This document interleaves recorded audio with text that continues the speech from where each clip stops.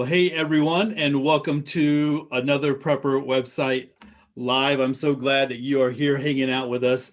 I'm Todd Sepulveda. I am the host of the Prepper Website podcast, and also the editor of Prepper Website. And I'm joined tonight by my good friends, Chip Feck over at cribsteward.com, Mick Rowland at mick-rowland.com. We got to get you Rowland.com or Mick.com or MickRowland.com, that hyphen in there. But it's easy to say, Mick-Rowland.com. And also Brian Hawkins of NextStepSurvival.com. We're going to be talking about get home bags and what that means, what they are. We're going to be talking a little bit about all the good stuff that we might have in there. There's going to be some similarities. There's going to be some differences. So we're going to talk all about get home bags here. But before we start that, I just want to we're all in different parts of the country. The world is crazy right now. There's all different kinds of things going on. And I just thought it'd be good if we just do a little catch up of current events and kind of things that we are watching and things that are maybe important to us. And so I thought I'd start, and then I'll kick it over to Chip to go ahead and go from there. But one of the things that I am watching, at least here locally, and I got to admit, I've been so busy at work that I haven't been able to watch the alternative news as much as I normally like to, and be there and reading the articles and stuff like that. So I feel like I'm disconnected in a way. I know that locally it seems, and I don't have any hard numbers, but locally it seems like crime is up a little bit more. It's kind of funny. Even before going on live, my wife was talking to one of her friends about something that happened kind of close to where we live. And so you don't see it on the local news, or you don't hear about it on the local news, but you hear about it, like people are talking about it. And so, that's kind of concerning. On the world level, there's a lot of things going on. We're kind of stuck here in the United States. Media is focused on one thing. But there's so many other things going on in the world. And I've always talked about how I follow some prophecy preachers who talk about current events and things that are happening. And I think that's a great way to stay up, even if you're not a believer, even if you don't believe in end time prophecy. They have a big following, and they have a lot of people kind of feeding them material because it's just people from all over the world. And so they have their own curation. And so they get to talk a lot about these kinds of things, and you hear about the Middle East and other things that are going on. So that's one of the things that I always do, make sure that I'm catching up and watching those videos, a couple of the prophecy preachers that I like to watch. So that's kind of what's up with me and my current events and the things that are on my mind. I'm going to kick it over to Chip. Chip, what do you have? Actually, I'm paying attention to not paying attention.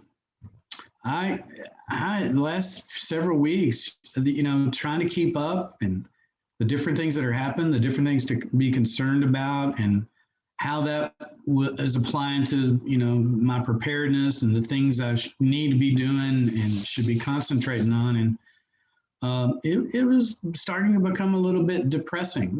Most of that stuff I can do nothing about. So I've been concentrating on spiritual health and physical health, and looking at the things that I know I've got control over and can work on. It's just been too much for me. I've unfriended a lot of people that are on the left and the right just because of the hatred and the negativity that's constantly on the news feed. Once you get rid of those people, Facebook is not too bad, really.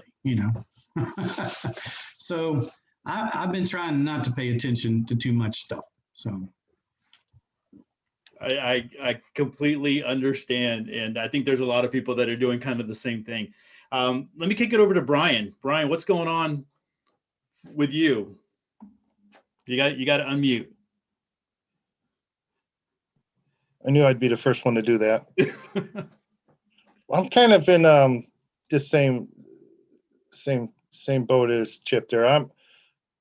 Things got so bad before the election and with the COVID and all that stuff. I just pretty much right now, I just concentrate on moving forward within my own family and staying prepared and building the preps and improving our lives in this household.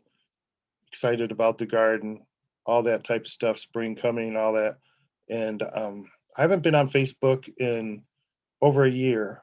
So January of last year. So I stepped away from the Facebook. I do a little Instagram. I've done some of this, the new social media things are new to me anyway. And I participate very little on those, to be honest. It's just, like Chip says, it's pretty depressing in a way, but it's also very distracting. And there's nothing really that important. People just want to, just throw down and fight over every little thing. And most of it, just like Chip said, there's really nothing you can do about things one way or the other. So why fight with your friends or your family over something that you have absolutely no control over whatsoever? It's really kind of silly. It's almost like we're puppets just being, strung along, and reacting when we probably should just be worrying about, our own lives and our families and that. Very true. Well said. Mick, what about you? Well, I've been kind of pretty much disconnected from the usual social media for a while, just because I've been kind of too busy anyway. But one of the things that I've been kind of getting back into a little bit is I've got some friends that have been kind of on the polite side, sort of freaking out about the anti-gun legislation that's floating around out there in Washington. And they're pretty sure the black helicopters are coming for them any day now. And so I've been reading more on that legislation, and I kind of came away with the impression that it's not really what they intended to do so much as it's a distraction, kind of like a magician would distract you with his left hand while the right hand was putting the bunny in the hat. That some of that legislation just looks so outlandish. It just looks like a distraction. So I've been trying to pay attention to what the right hand is doing rather than the left hand making all the wavy noises. So I've been trying to keep up with that. Locally here, there's a movement to try and make New Hampshire one of those Second Amendment sanctuary states. So I've been kind of following that. Haven't been invited to any meetings yet, but I think that's probably coming. So that's my social life. Otherwise, I just stay home and do stuff. And I have been working on the garden. I got my seeds in the mail a little bit ago, so getting ready. That the Second Amendment is such a big topic for a lot of people in preparedness and a lot of people in just the United States. And so that's definitely something to watch out for. So I've got a good friend that, he keeps up with the Second Amendment stuff, and his take on it it's like Mick, it's outlandish, but it could be that, hey, this is what we're going to put out there. Everybody freaks out about it, throws a fit, fights against it, when in reality, they've got a lesser laws that they're wanting to push through so that when they do push that other one, it won't seem so bad, right? We'll think that, okay, it's not so bad with what they're trying to do. So we'll see. I would tend to believe that's possible. Yeah, it's kind of a haggling technique. You start off with an outrageous offer, and then you back into just a really big offer. So yeah, I'm looking at it as haggling, and I'm just waiting for the second version. Yeah. I lost all my guns in a boating accident, so it really doesn't apply to me anyway. You and everybody else, right? there's a radio talk show host, and I haven't listened to talk radio in years, but and he might not even be on anymore here in Houston, but he would always talk about just the little steps that they take. It just creeps up on you, but they do it a little bit at a time. And so that would kind of fall into place. Although it just looks like right now there's a lot of big things happening, and so just definitely keeping our eyes open. All right, so let's go ahead and move into our topic. Our topic is get home bags. And I want to read just kind of the definition that I have. I have a link. And so if you're following this in, on video, you should have some links here that you can click on over at Prepper website. I'm going to have some links that are from our various websites. And then, of course, if you're listening to the podcast version, you're going to have them there as well. But one of the links is going to be to the kit link bomb that I created for the Prepper website podcast. And basically what that is just a page of nothing but links for specific types of kits. So for the Get Home bag, here is the definition that is up there. It says a Get Home bag contains the items and gear that can get you back home safely. This kit is usually carried by people who work or go to school and need to get back home. But it can also pertain to someone who is on a trip and needs to get back home from a longer distance. So we wanted to just talk a little bit because, in the prepper community, we have all these, acronyms. We have all these names: inch bag, EDC, GHB, get out of Dodge, all these different things. And so just wanted to talk a little bit about some of the differences as far as kits go, and maybe our ideas of what that would be. And so this will be kind of a little bit of a free for all. And so we'll just kick it around. Brian, do you want to kick this one off? Yeah, so I kind of carry what I call an EDC bag, everyday carry, but it also serves as a get home bag for me in my particular situation. So that's really the key to everything, right? Everything should be designed for that person in their situation and what their goals are. So mine is to get home from wherever I'm at. I'm a local truck driver. I'm generally between 20 and 25 miles from my home. So it shouldn't be like an extended, with my age and health and all that, I may have to overnight it, especially if if everything just like fell apart and I had to walk home for whatever reason, as unlikely as that would be, I think I could get home by the next day, depending, weather and all that. So it wouldn't be that severe. So I figure that I can combine my EDC pack or a bag. It's just a little bag that I carry, and put the gear that I believe that I would need to get home. Now, if I'm leaving state, going, to Ohio to visit my grandkids or something, or Georgia, like we did back in August to see my son. Actually went to North Carolina and met him there, but that involved a larger get home bag. That would have been pretty rough. So hopefully nothing ever goes that bad. So honestly, I think probably the best thing you can do is have $100 in your pocket, to get home on most situations, right?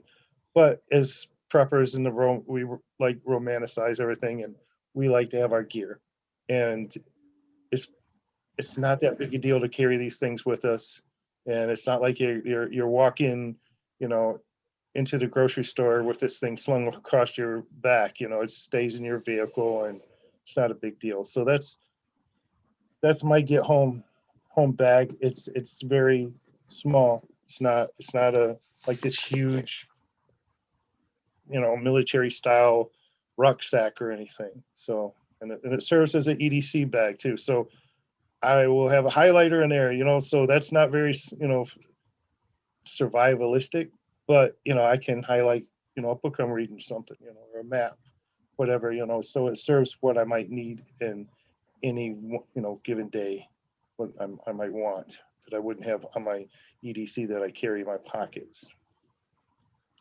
Is that what we're looking at there, or did that answer it? That's great. That's great. Mick, what about you? Share with us a little bit about maybe your idea about get home bag, or actually, if you want to talk about any kit, just your ideas there. Well, I had kind of a bag like Brian was showing that I would keep in my truck that had the usual survivallystuff.com in it. And I'd done gear tests that I'd posted on your site there, Todd, where I'd take that bag and its gear out into the woods and do an overnight with it just to test it all out. But that wasn't really what went into Boston with me. Usually what went into Boston with me was kind of an exaggerated laptop bag. And in that, I ended up putting more get home materials like the little Mylar blankets and the $1 ponchos and change of socks and underwear and little medical kit. So that was the bag that I carried every day, so that if I was 50 miles from home in Boston and had to walk home, it would take me probably 3 days. I mapped out on a map where my two likely overnight spots would be that I'd try to get to. And the whole thing was kind of geared around moving fast. I wasn't going to carry a whole lot of food because I figured, I have enough stored reserves to get me through a couple of days. So, low emphasis on food. I guess one thing that I always make sure I've got in my bags is another pair of eyeglasses, because if you knock those off, I'm pretty much blind. So make sure I saved all those old pairs of glasses, and I have them in the vehicle bag, have them in that bag, have them in the truck. I mean, keep those glasses handy. So yeah, it was, most of my stuff was geared around the idea of moving fast. If I was going to overnight, it was just be in a bivvy with a Mylar blanket over me and just get up and go the next day. I wasn't going to build a debris hut because I wasn't going to be there very long. Sounds good. I love the glasses thing, man, because that's something probably people don't think about. So that's a real good point. Chip, what about you? Oh, definitely extra glasses, no doubt. I got a pair in the car and a pair in my work sort of bag. So I've got my get home bag is a decent sized backpack. It's not huge. I'm sure it's got more stuff in it that I would want to carry for more than a few miles. So there's always that possibility of, shedding some stuff. I've also got some things in my sling pack that my laptop, fits in, that goes back and forth to work. And there's a few supplies in there that would help if I'm in the office, but I would maybe transfer a few things out of that sling pack into my get home bag. But it's fairly minimal. It was recently, because I wasn't that far. Things have changed, and I'll talk about that later now that I'm farther out. But I didn't really have a tent or worrying about a tarp, because I had friends and family that I could probably stop off if it was gotten bad or late, and hopefully could get home in a day or so. So. But still, basic stuff for gloves and a nice hat that's waterproof, medical kit. I didn't carry any extra food, but I do have the, emergency ration bars, so they don't weigh too much, and it's like 2,400 calories. So if you're just a few miles, 20 miles or so from home, that's certainly enough to get you there. But, and other basic stuff like water filtration and, a bottle, to filter water in. So just basic stuff, probably the same stuff you guys have, but not a whole lot. Yeah, good point. And you said something, and Brian said something that I didn't mention, though that I was going to mention, but you referred to already, is your get home bag or your kit or whatever it is. One of the things you see online, if you're on social media, especially Instagram. I haven't posted to Instagram in so long because I'm just kind of fed up with them all. But you'll see people that they do an EDC dump. And so, and they get 1,000 clicks or whatever, likes or whatever it is on there. Because, people look at that and they like that, and that's interesting to them. But one of the things that we've got to remember, with saying that, it's always the same stuff. It's like a flashlight, it's a gun, it's your wallet, it's a pen, whatever. But we need to really understand that your EDC, your get home bag, your whatever bug out bag, whatever kit you're talking about, really truly needs to be your own.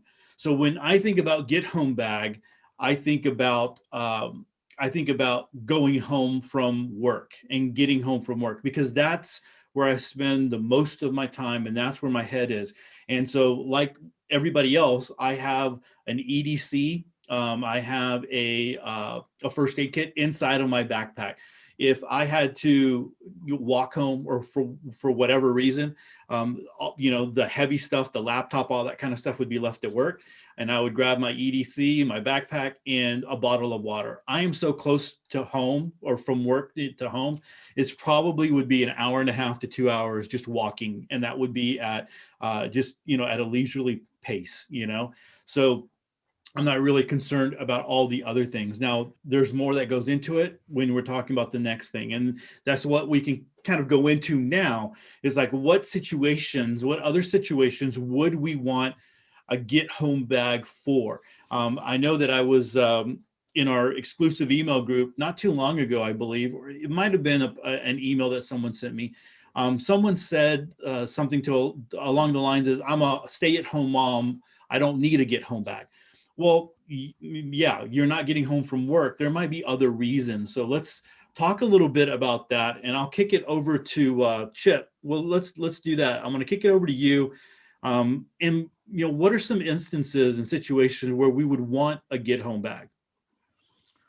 Well, the first thing I think we normally think about is, the terrible big time events, that whether it's been some kind of an attack on the power grid or a coronal mass ejection or a terrorist attack or something like that, or a biological attack. Those are those big things. But I also think it applies to, even though that lady, she doesn't go to work, depending on where you are, it wouldn't surprise me if you're 20, 30 miles away going to a store or going shopping, and being a mother and now you've got kids.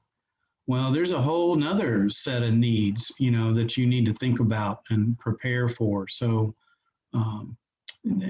really, to me, it comes down to, there's a lot of things that would cause transportation not to be working. Whether you're taking a bus or a train or you're just driving around, a lot of different things could happen and traffic is not moving. And even if it was, civil unrest, we're not talking about an attack or anything like that. I can see a lot of situations where it's not safe to stay in that car. I mean, we've seen videos over the past year of people being attacked, in their cars. So depending on the situation, I think you need to grab the supplies and equipment that you have and, and get out of wherever you can as fast as you can. Depending on the area, I think I'd be rather even at late at night cruising through back streets in the neighborhood than to be stuck on the highway waiting for something to happen. So, I guess I look at it that way. There's lots of reasons you may not be able to drive home. So do you have what you need to get yourself and whatever other family is with you back home safe? Good points. Mick, what are some situations where we might want to get home back? Well, Chip had a good point that she might be a stay-at-home mom, but it's probable that she do drive somewhere that's going to be farther away than she realizes. Automobiles spoil us into not realizing that we're actually quite a few miles from home. And, if something bad were to happen while you're out there, now granted, an EMP while you happen to be 50 miles away at a Joann's Fabrics, odds are pretty thin. But up here, you could be driving around kind of up on the mountainy roads, and if something was to happen, it might not even be a get home from an SHTF event, but if I got stuck in the snow and I'm up on a mountain road, I may not need it to get home, but I'm going to use that bag as my survival bag in the car. And the prospect of, the prospect of getting stuck at somebody else's place or some other place on the way might be good if I've got a roof over my head, but they may not have anywhere else for me. I might just be on the floor. And so what I've almost always, when I traveled, I would take along the little hygiene kit. So it's not in a checked bag. I'd have, now I carry one of those little tacked bivvy things. All of that from when I got stuck overnight once in the Atlanta airport. My plane came in, last one in, no planes going out. I had to sleep in the airport. And I thought, if I'm going to sleep in an airport again, I'm going to have a few things with me to make this sleeping on the floor thing more palatable. But like Chip was saying, you could be staying at somebody else's house. Some stranger might let you in, but they're not going to have amenities for you. So I try to carry that sort of thing with me. If I have to shelter in someplace else, what am I going to want to have? And it's usually things like some extra medications if I'm going to need some, personal hygiene things, something to sleep in. What did I have? I spent far too much on one of those airline blankets that it's not very big. It's also not very fleecy, but I take that with me. because if you can cover up with a blanket on the floor, you're halfway there. So it isn't always necessarily get home, but it's kind of like that. You just might be stuck someplace and you'll want to have enough stuff to make yourself comfortable. Good points. And you said it might not be an SHTF event, but it could be where you are up in the mountain and it's a little bit more isolated. And it might not be a get home bag to officially get to your home. It might be a get home bag to get to some kind of civilization like you were talking about. I have read plenty of articles, for Prepper website, where there was a grandmother was going home and, got stuck, took a wrong turn and got stuck and wound up spending a couple of days in snow because she made a wrong turn. And having this grandmother survived on, she ate cat food and she stayed warm because she had a couple of cats and she had some candy, and that's what she wound up eating to survive. But that's not what we want to do, right? We want to be a little bit more thoughtful on that. Brian, what about you? What are some situations that maybe you've thought about that would be useful for a get home bag? She ended up eating the candy or the cats? I wasn't going to say that, but because I knew you would, but that's all right. She ate the cat. She ate some cat food and she ate candy. So I'm sorry, I couldn't resist. yeah. So, yeah, I'm sorry, people. We think about, well, first of all, I just want to bring up like in a city. So you could be on foot and 3 blocks away from your house or your apartment, say if you're in a city, and riot pops up, demonstration, something gets in your way, and you might have to go 6 blocks the wrong direction to go around something. And now you're in a situation on foot trying to get home. Having the things that you might need to get you home might be a good idea, even on foot. So everything's not just, 10 miles away, like like in the good stories and stuff. Also, when we're thinking about, as preppers, we're thinking about get home, we're usually thinking about we're out somewhere, something goes sideways in a big way, and we need just to hurry up and get home. But I spent the first 10 years of my trucking career was over the road.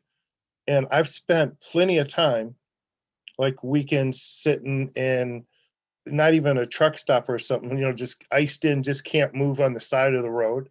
I've spent I think maybe 14 or 16 hours on I-80 in Indiana before you go into Illinois, from an ice storm that just had everything shut down because of a massive accident. I sat in South Chicago with my wife, actually, on Interstate 80 as well.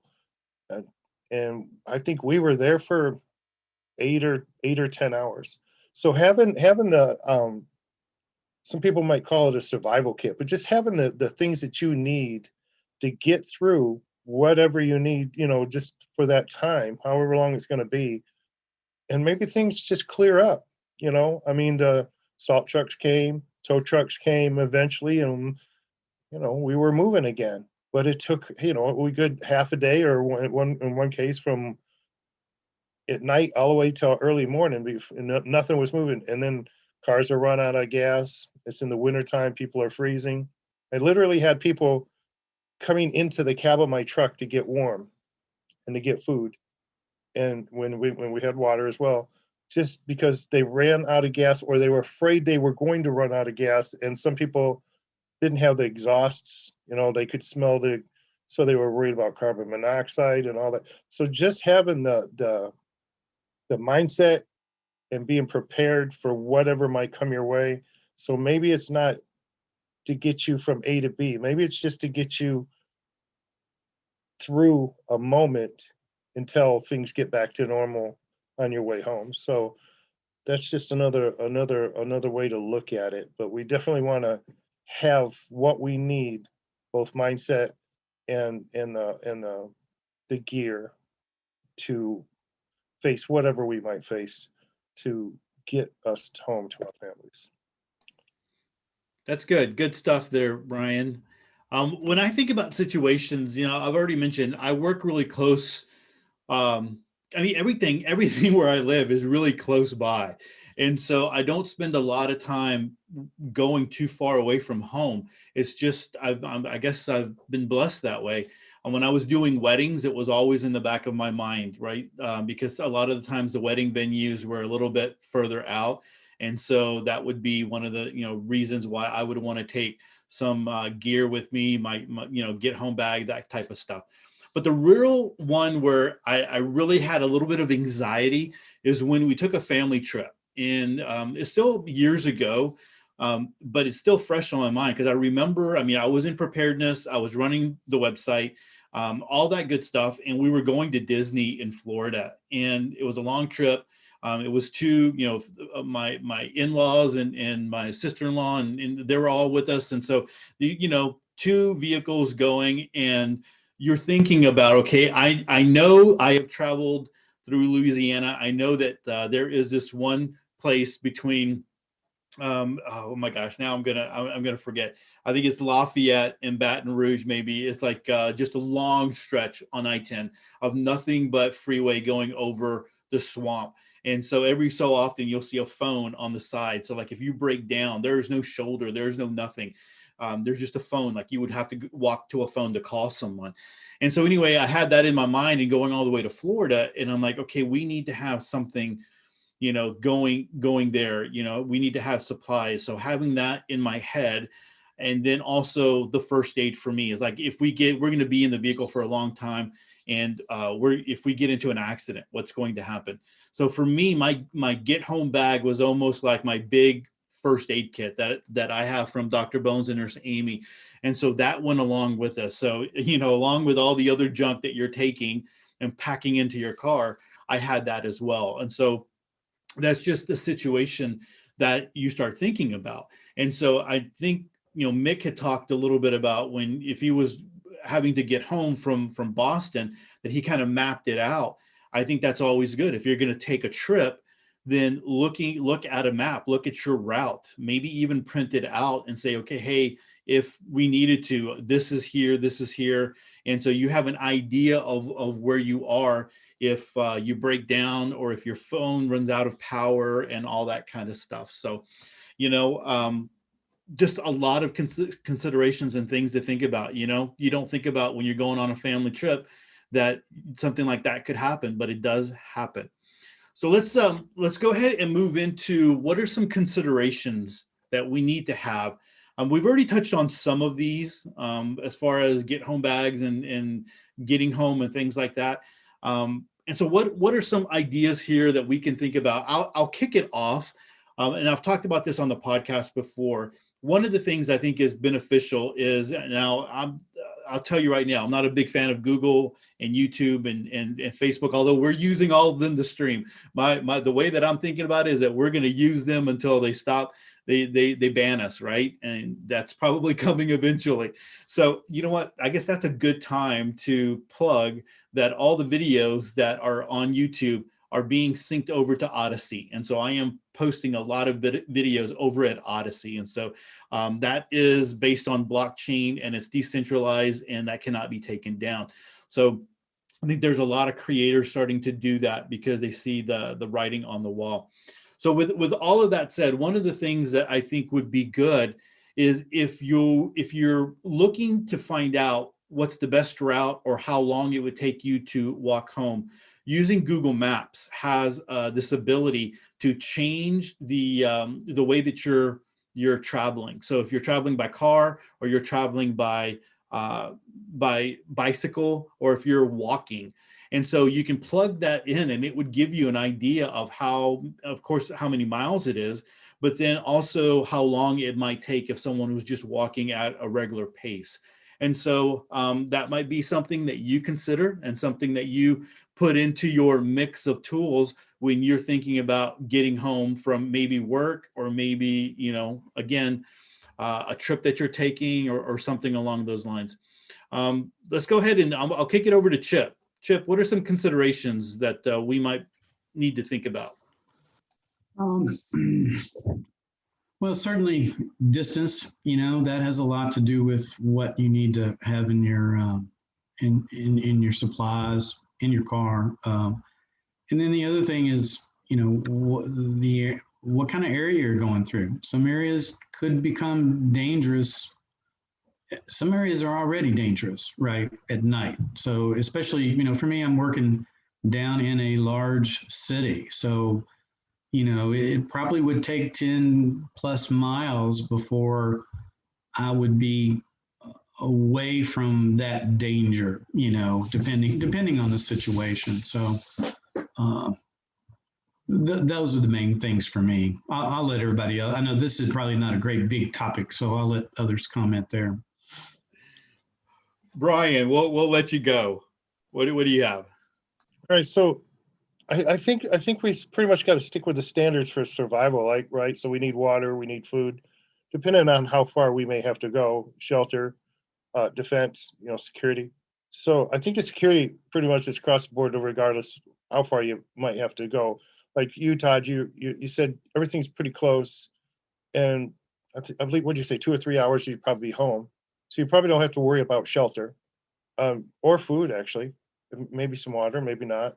So I mean, depending on where you're at and how far you have to, to go, depending on your mode of travel and all that as well, you may not need all that things, but those are still things that you should take into consideration, because like I mentioned, if you get caught 5 miles from your house and everything's impassable, like here in Michigan, it can happen. It doesn't matter. You're no longer 5 miles from the house. You're not, now you're hours or maybe a day or two from your house if you just can't move for whatever reason.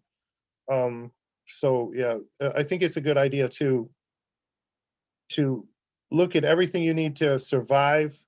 And I believe wasn't it you, Chip, that said, or I'm sorry, I got you guys mixed up because you look so much alike. Chip or Mick, one of you said that the whole thing is speed, right? So you're not looking to, camp out. It's not like a hiking trip. You're just trying to get from A to B as quickly and as safely as possible. So all that needs to be taken into account. And you can't do that with 80-pound packs. And none of us are fresh out of high school or right out of boot camp. So none of us are probably really looking forward to carrying 25 pounds or 20 pounds. So we have to take the gear that we believe that we would need and just forget about all the cool, shiny, what they call tactical things that you find online, and leave those at home, for the Instagram posts or something, and get a little bit more realistic. And also, it doesn't hurt to give it a try. I mean, how hard is it to? I mean, it's not easy, but have your wife take you to the furthest distance, or your girlfriend or whoever, or your husband if you're. I'm sorry, I'm just looking at us, and I'm just going with what us. But have somebody drop you off and walk your butt home, and see how long it takes and what's involved in that. Maybe your footwear is not gonna work, right? Maybe you start walking across the little field and wow, I didn't realize wet grass would make my socks wet, or little things like that. Or I didn't realize that the back of my heel was going to start burning and turning into a blister in 3 miles. Or that the straps on my bag that I thought I was going to be able to carry for 5 miles to get home starts digging into me after 2 miles, and it's not going to work. So, I mean, it's all these little things that we're not going to think about because we're looking at the big picture. The little bitty things are gonna get in the way. And I think a little. I think it's good. Is what you're saying. We need to practice. We need to check it out. You don't know how much weight you're going to be able to handle until you check it out. No doubt. That's pretty much all I got for that. I don't want to hog up all the stuff. I could keep it going all night.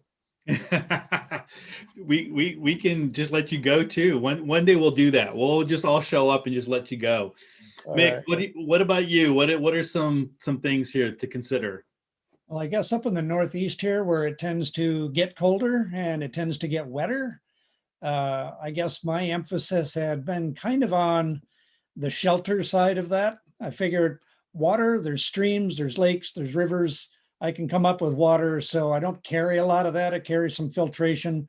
I've got some collapsible bottles to put it in, but I don't dwell on that. What I usually focus more on is shelter, because if I get wet and I'm cold, it doesn't matter how much other gear I've got. I'm going to be a miserable, sick mess. So I keep the changes of socks and gloves, poncho, tarps if I need them. But that's all kind of geared around being a mobile shelter. But the whole point is just to make sure I can keep myself dry. Because as long as you're dry, you can do a lot, especially if you're walking and exercising, you're generating a lot of heat. But if you get wet, you're really stuck. So I've been trying to make sure I've got the shelter thing covered. And the other things I'll pick up as I can. Good stuff. Good stuff. Well, here's the thing. I'm sure a lot of people want to know what types of things do we have in our get home bag. And again, like I said at the very beginning, every get home bag is going to be a little bit different. Mick was already talking a little bit about shelter, and we can revisit some of the specific things that we have. For me, one of the things, and I don't necessarily keep it in my get home bag, I keep it in my vehicle, is some comfortable shoes to walk home with. Because most of the time at work, I am wearing dress shoes and dress slacks, and I'm okay with the look of wearing tennis shoes and slacks walking home if I have to, but I'd rather be walking home in tennis shoes and be comfortable making that trek home that way. And so when we talk about get home bag, I have all the little stuff, again, the EDC and all that stuff that we can talk about. But for me, one of the big things is having some comfortable shoes to be able to walk home in. Even if it's going to be a 2 hour trip home, I want to be able to have some comfortable shoes making it all the way over there. So let's talk a little bit about our, what we might have in there. I'm going to agree with Mick. One of the things that I do have is a big poncho. One of the big ones that goes all the way down to past my knees, and if I needed that, I don't normally bring that out. I have a rain jacket. I'll talk a little bit about my rain jacket here in a minute. I use umbrellas and stuff, but if I was having to go home, walk home, I would have that big poncho, and I would be pulling that out. So Chip, do you want to kick that off? What kinds of specific things do you carry in your get home bag? Well, I think what I'd rather really say is that I'm having to rethink all of that, right? Up until a couple of months ago, I was just about 22 miles from home, and that's coming from the city. Had a friend that's a prepper that a little more than 60% of the way, maybe about halfway, and it was a couple of miles off the straight path, but depending on the time of day, I was going to plan on stopping over there, maybe spending the night, getting something to eat, and then finishing up that trip the next day, in the light. Well, now I'm 55 miles away from work. I've been going through recovering from a blood clot, and I'm having to admit that I'm a senior citizen now. So it's made me really rethink the supplies. Not that I can carry more, but it's more about the plan now. I've got family that's maybe 22 miles from work that I certainly could stop, but I'm having to rethink that maybe I need a little cart, one of those little small two-wheelers that I can pull stuff on, and certainly I can pull more weight that way, but food and water become more of an issue at 55 miles away. And with my issues with my knees, we could be talking 5 days now, right? Or at best, possibly, depending on how I'm doing. I'm not going to move too fast, and injuring that knee or an ankle becomes a big issue as well, because that's going to slow me down. So I'm having to rethink that a little bit about what goes in there, and having a cart to pull it, and mapping out places that, I may have to stop, right? I may need to find, even if it's an old barn, right? I mean, once I'm about 25, 30 miles out, it's all rural, so that last 30 miles, there's not much there, but there's probably some barns I could hang out in or someplace safe, depending on the situation. But I never really put too much thought into having a cache somewhere. But now I'm thinking, I can't carry enough food for 5 days, right? And it's very important now to make sure I know where the water sources are so I can have enough water for that. That's a long time. It would be tough to survive that with my health right now. And then the other thing I'm thinking about is, it's possible that unless it's an EMP, where all the electronics in the cars are taken out, if I can get out of the city, then if I could communicate with my family out here in the country, then we can have a plan for them to come pick me up somewhere to meet. But with having multiple routes, right, that could be problematic of where we're supposed to meet. So I'm hoping that before the year's out, I've got my ham radio license and we've got an extra portable radio and know how to hook those up so that I'm able to get some help if I can. So I'm having to rethink all of that. I guess that's the answer to that question. Good stuff. Hey, one of the things I've always thought about is if I had a long commute, I would consider a foldable bike. And I think you can get one for like $200 and you can fold it and fit it in your back seat. If you have a back seat. I don't know, Chip, I think you're driving a sports car, a real fancy Corvette or something, but so it might not fit in there, but not me. but that's always a consideration, I thought. I think that's a good idea, especially if it had, you could put saddlebag type of stuff on it to where you could carry some extra stuff. And that would help certainly with having some extra food, emergency rations, once you start having to worry about taking all that extra food, now you're gonna have to cook some of it, right? You just can't take a bunch of MREs because that starts getting really, really heavy. So the freeze-dried food is certainly lighter, but you're gonna have to cook it somehow. So the bike's a good idea. It is, and they've got these carts too. The bike that I was looking at was like $900 and something, but that was a long time ago. But they've also got these carts that it's kind of like a wheelbarrow type of thing with a single wheel. So I've seen those. Yeah. And I was watching, it's like all terrain. It looked pretty sweet. So this is a nice treat for everybody, all the viewers right now. So, and the listeners, those for the podcast, that Todd was going to announce this later on, but weren't you going to just say we were all going to meet maybe in August over at Chip's house and we were all going to do like a 5-day live event while we all make that 50-mile trip together and find, see if we can actually manage to do that? I think that would be awesome. I think it'd be awesome. We were going to let him lead the way like in Forrest Gump. He'd be in the front and we'd be behind him cheering him on. He's acting like he's an old senior citizen and he'd leave us in the dust. I'm going to get a little rickshaw and you guys could take turns pulling me all that way. That'd be the better thing. I thought we were gonna say seasoned citizen instead of senior citizen. Yeah, maybe so. That does sound a little bit better, except for search engine optimization. Maybe that's a problem there, but it's something to think about for folks that are not in shape, that they got different issues. I think from a bag perspective, I mean, ankle and knee braces, right? Extra medications. I'm thinking topical pain reliever. That's a big thing. That could become a big problem if you're starting to have some issues going home. So different things to think about when you're older. All right. Good stuff. Mick, what about you? I mean, you've already shared a little bit about your poncho and different things like that. Is there anything else you can add to that? No, it's the usual stuff. I mean, I've got a first aid kit, like Chip said. If I'm going to get hurt, I need to be able to deal with it on the run. There's the usual ability to process a little water. Yeah, MREs are really heavy. I don't carry those. Those just stay in a bin over here.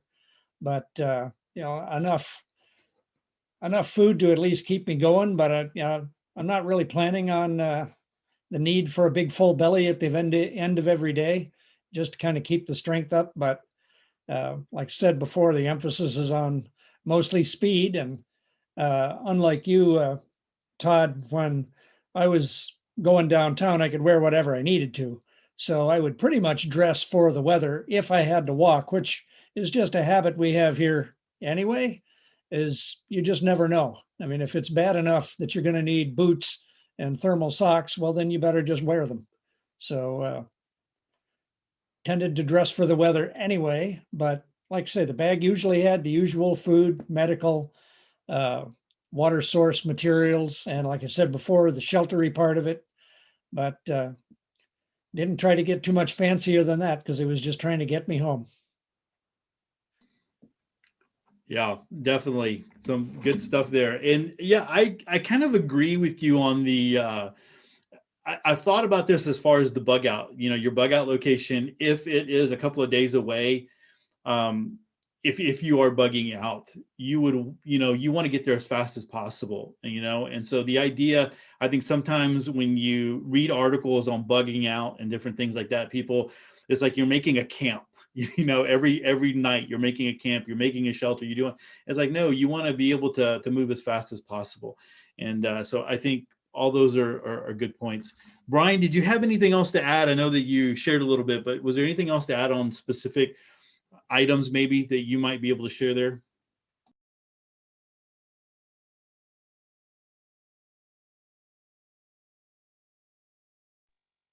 All right, I didn't do that. So first, I wanted to bring up that I never considered like caching anything, but in Chip's situation or anybody that has that length of time. See, my situation is I could be 360 degrees in any direction from my house, so I don't know where I'm gonna be if I needed to come home for whatever reason. But if you're in one spot and you got 50 or 55 miles, that would probably be an ideal situation to where, and it doesn't necessarily mean caching doesn't necessarily mean you have to go 20 miles, mark a location, dig a hole, and bury some stuff.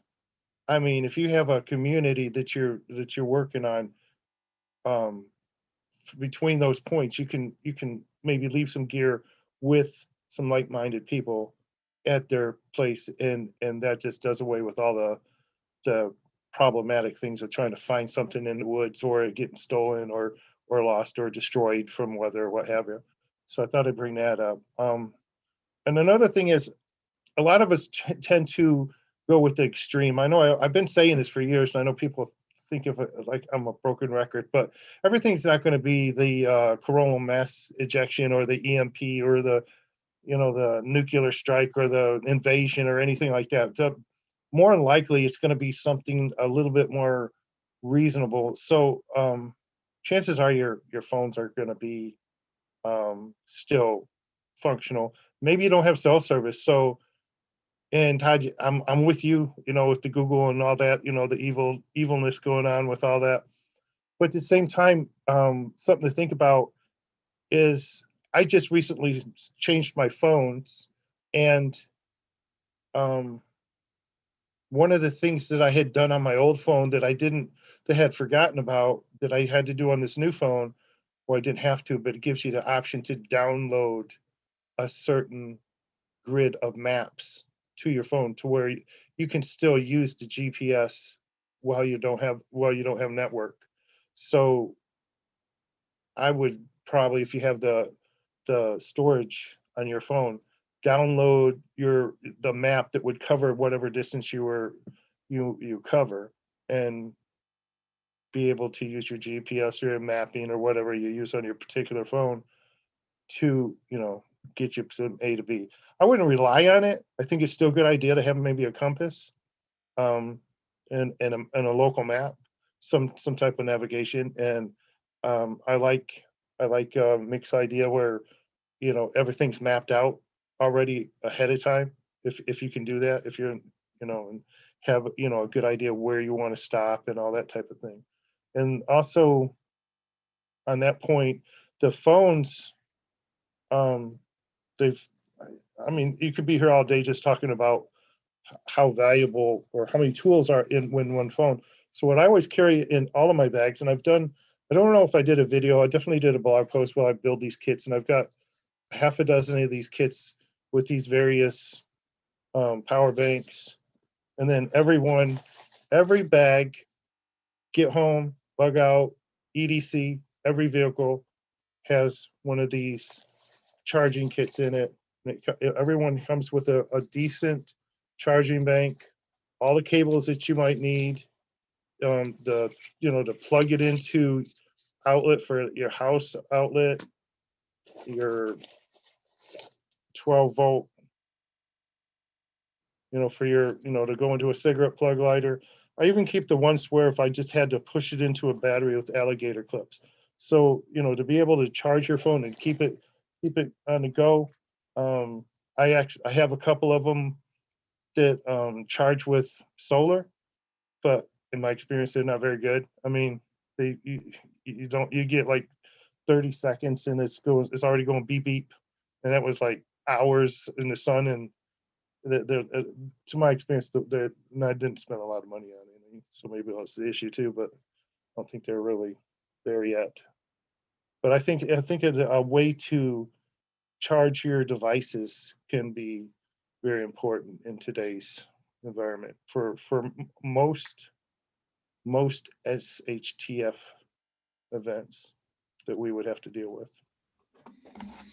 You're right. And a lot of times the sensational, I've talked about this before, the articles that get the most play on Prepper website are the bug out bag, bug out articles and EMP articles. Those types of things get the most play. And that might happen at some point, but there's so many other things that could happen. And you're right. Our phones are, this small little computer that's very powerful. And if nothing else, allows you to communicate with your family. I mean, back in the day when I was a kid, you had to use a payphone. I mean, come on, like what in the world is that? And you don't even see payphones anymore. And so having these little, credit card size, a little bit bigger than that, whatever, phones to be able to call and have those charged up is really smart. And every phone, depending on what you're doing and stuff like that, the battery can be eaten up really quickly. I mean, this morning, I was listening to a video and I had my headphones on and had all that, had Bluetooth, had all that. By the time I got to the office, I was already at 52%. And I was like, wow, I've never, been that low before just doing that. So something to always watch and definitely have the battery sources. I highly recommend that for everyone. I want to give this challenge out because we'll go ahead and start winding down and transitioning to our last little topic here. But I want to give you a challenge for anyone who is watching or listening. Next time you go to work, and you might be working from home, so you might be doing that right now. But next time you go to work, and it might be tomorrow, or if you are a stay-at-home mom, and next time you go to the city or whatever, you go shopping, don't turn on the podcast. And I know, being a podcast host, I can't believe I'm saying that. Don't turn on the podcast. Don't turn on music. Don't turn on the radio. Don't turn on any of that. Drive safely, but pay attention to your route. What is on your route? What points of danger are there? What resources are possibly there? Do you see a little old lady outside of her house? And if you needed to stop over for whatever reason, she might be a kind woman to help you, maybe, an older man, a kind man who would be willing to help you. Those types of things, paying attention. Sometimes we get in our vehicles and we just go and we don't pay attention to what is around us. And I can't remember who said it. I think maybe Chip said it. You could be in a bad part of town. You don't even know, during the day, you don't recognize it, but at night, it just seems that things seem to change. And so I would challenge you to pay attention to that next time you're out and your route. So on this last point here, I want to just do a little survival tip. And since we're talking about kits and things like that, I thought it'd be a good idea to talk a little bit about what kind of item do you have in your vehicle that you might want to kind of share out and just let people know that you have, and just maybe give some people some ideas of what they could possibly keep in their vehicle as part of a vehicle kit or as part of, something maybe to get home and along those lines. So Mick, would you like to go ahead and kick that one off? Sure.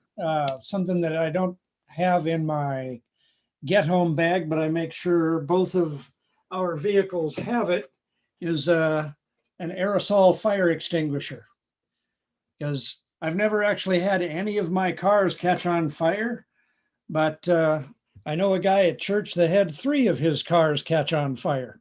So I think he's just cursed, and I don't want to be cursed. So I carry that because a lot of times it's an electrical fire. If you can put it out quick, you saved it. If you can't do anything, there goes your car. Yeah, that's a good idea. Hey, Mick, what when you had mentioned fire extinguisher earlier, I was thinking the red ones, right? I've never seen one like that. So, I'm sure I have, but it just kind of, slipped my mind. What brand is it? And do you remember how much it ran? They were a little bit pricey. I want to say it was something like $12 each. It says Fire Gone, which is kind of a catchy name, as opposed to Up in Smoke, which is probably not a good brand. But I don't know if I got these from Walmart or did them on Amazon. I mean, Amazon's got everything, but I liked that it was just an aerosol and about the size of a big paint can, so I can put it in the back. Doesn't take up any room. It's obviously not going to put out somebody's house if it's on fire, but if you got a little smoke coming out from under the dash or wisping up out of the hood, that could be something to nip it in the bud while you've still got a car. Yeah, and maybe possibly 2 of those at $12, somebody would be willing to do that. It's a lot cheaper than, like you said, having to deal with a fire in your vehicle. Man, all right. Hey Chip, what about you? What types of things do you keep in your car? Maybe you can share with us. Well, a new thing I'm going to start keeping in my car is a cane, because I've learned with this leg issue that if there's no way to support, you're dead in the water. So, but what I've done for a while is I've got a couple of extra bags, and because there's lots of stuff, I'm like, there's no way it's going to fit in my bag, but I'm not sure whether I'll need it or not. So I've got a bag of extra clothes, an extra pair of tennis shoes. That's where I keep my boots, that my hiking boots that I'm going to change into. But that sort of gives me options, right? And then I've got another bag that is just chock full of extra medical supplies, right? So depending on the situation, I may want to grab some of that stuff, put it in my bag. It would be extra, it's above and beyond the minimal stuff I would want. But I also know I could always chuck it, if it got too heavy or I was needing to go a little faster. So I kind of tend to I'll grab stuff and say, you know what, this might be useful, but I don't know. So I'll stuff it in those bags in my trunk so that I've got options, when I've got to hit the road. That's good. Yeah. And, when you were saying bags, when I go to conference, it's like every time I go to a conference or I go to something like that, you get some kind of bag, right? Some kind of little thing like that. Some are better than others, but I've got like 3 or 4 of them, with stuff in my truck. And I just, always find a use for those. You just never know. And also some of that stuff will come in handy if somebody's broken down, right? It's cold or somebody is injured. You're not pulling out your minimal medical supplies out of your bag. I've got that extra stuff to go help somebody, give it to them. So sounds good. But Brian, what about you? I keep a Kia in my pickup truck, one of those little cars in the bed. So if I break down, I can just run that off actually I keep a trauma kit in the cab and in the back. So up in front, when I say the cab, I mean around driver's seat, and then in the back, where I keep everything else. So there's trauma kit in here but I have trauma kits galore. So it's really I just feel like if my right arm got cut off, I wouldn't want to have to go in and dig it out of my bag. I'd probably want my tourniquet like rather quickly. So I just keep something like that within reach while I'm driving whatever vehicle, and also in the back for other people. So I have fire extinguisher as well and all that type of thing, and first aid kit. trauma kit, all that stuff in the back. And most of that's geared for the idea that I might come upon an accident. And I could go into some stories and stuff, but I won't bother everybody like the motorcycle accident with this eyeball hanging. I won't tell you about that.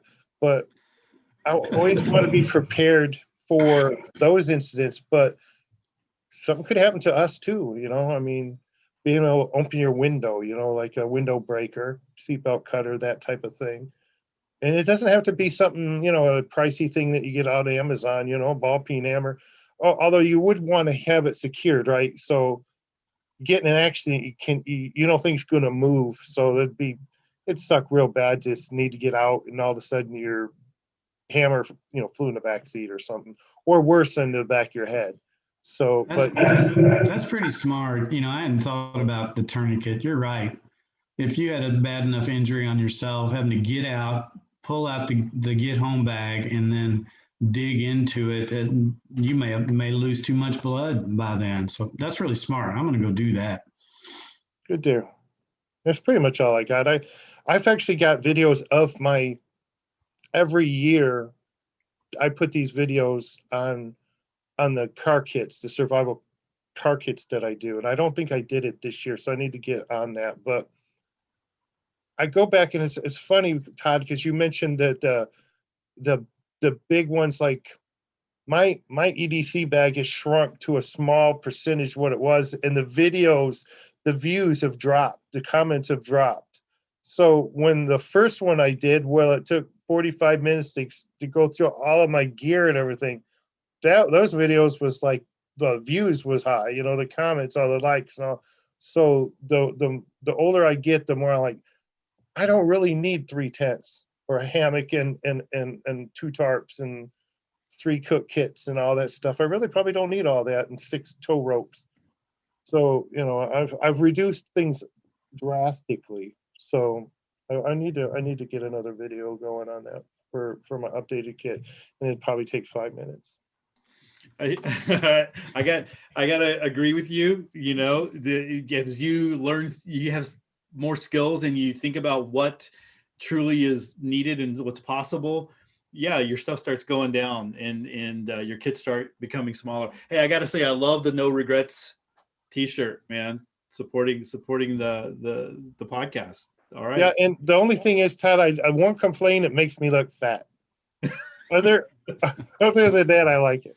I'm gonna. And I have the prepped and aware too. I guess I don't remember what color I got that in. I'm gonna invest in some T-shirts that slim you down when you put them on, and so people will buy those for sure, no problem. So one of the things, and I was just gonna have a little bit of fun with this, is one of the things that I have in my truck. This is called the Annihilator, and so I know the people on the podcast aren't going to be able to see this, but years ago when I first started Prepper website, I saw a video, and this guy had this thing called the Annihilator, and I thought it was so cool. It was joking. He was joking around, and it was like a zombie apocalypse type thing. Anyway, so it's really a demolition tool that you can use, and I've had to use it for some hammering and things like that, even at work. So somebody needed a hammer, and, you know, elementary schools didn't have hammers, and so I was able to go get one and help a teacher out. So, but it was just kind of a fun thing that I have there. But that's something to maybe think about. Like, you know, would I take that with me if I had to get home, maybe for some defense if things were starting to break down? If you weren't able to carry a firearm or something like that, something to think about.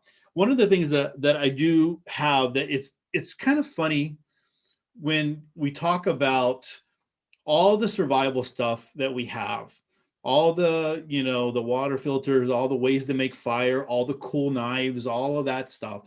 And it's funny the things that truly we use on a regular basis.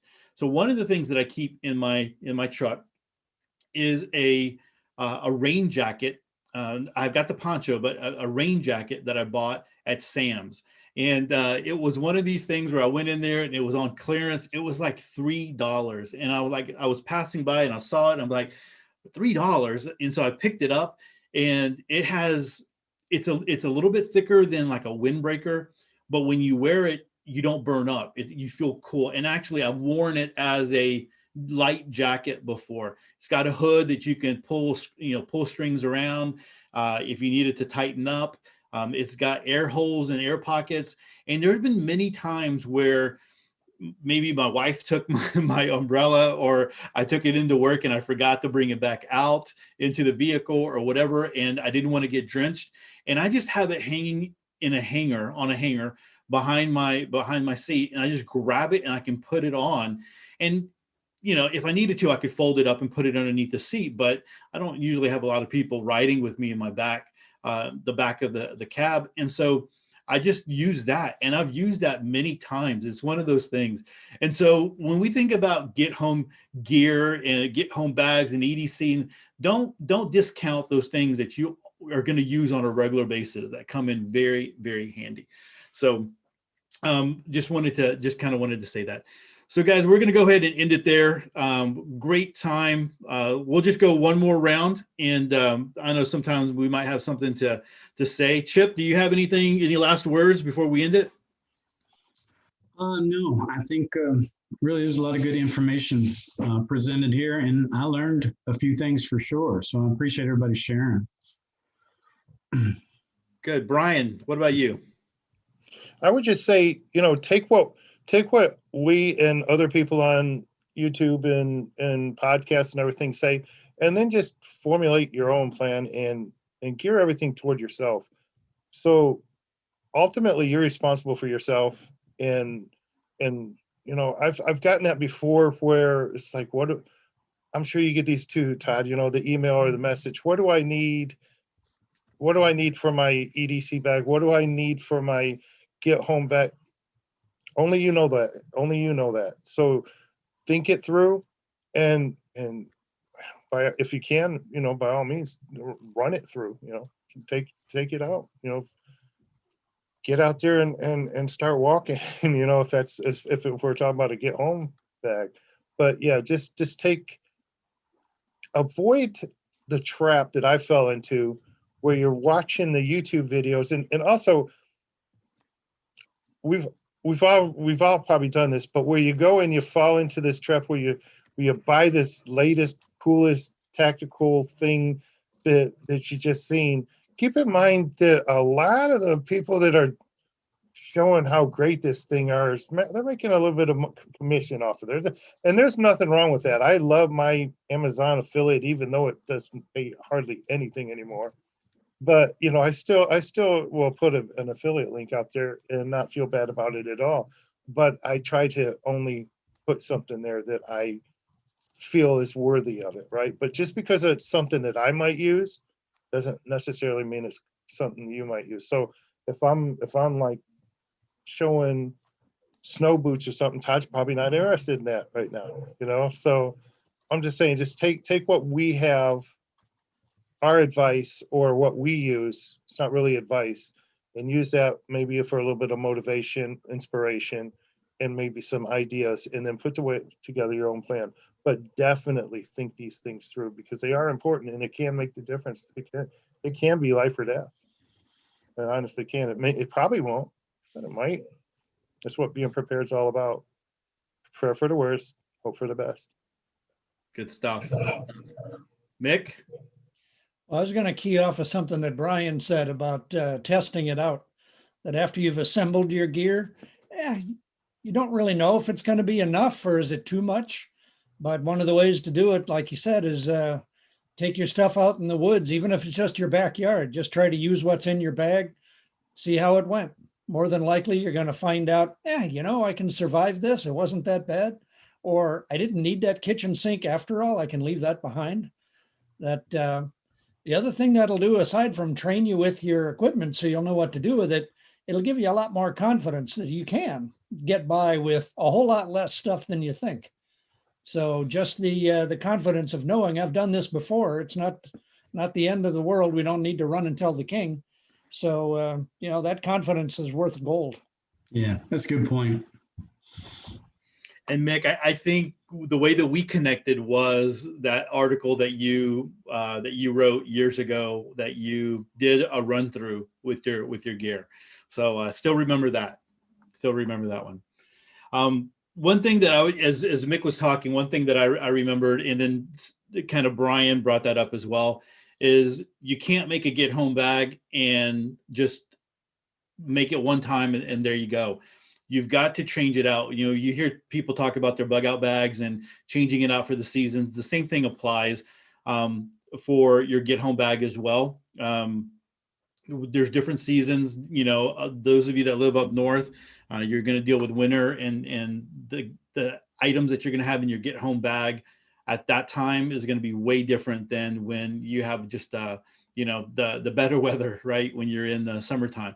So just think about that, and I will leave you with that. Guys, thanks so much for hanging out with me. Hey, don't forget to go check out the websites, you know, cribsteward.com, mick-roland.com, nextstepsurvival.com, Prepper website, and the Prepper website podcast. Guys, until next time, we will see you.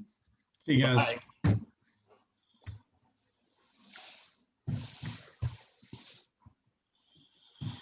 Hmm.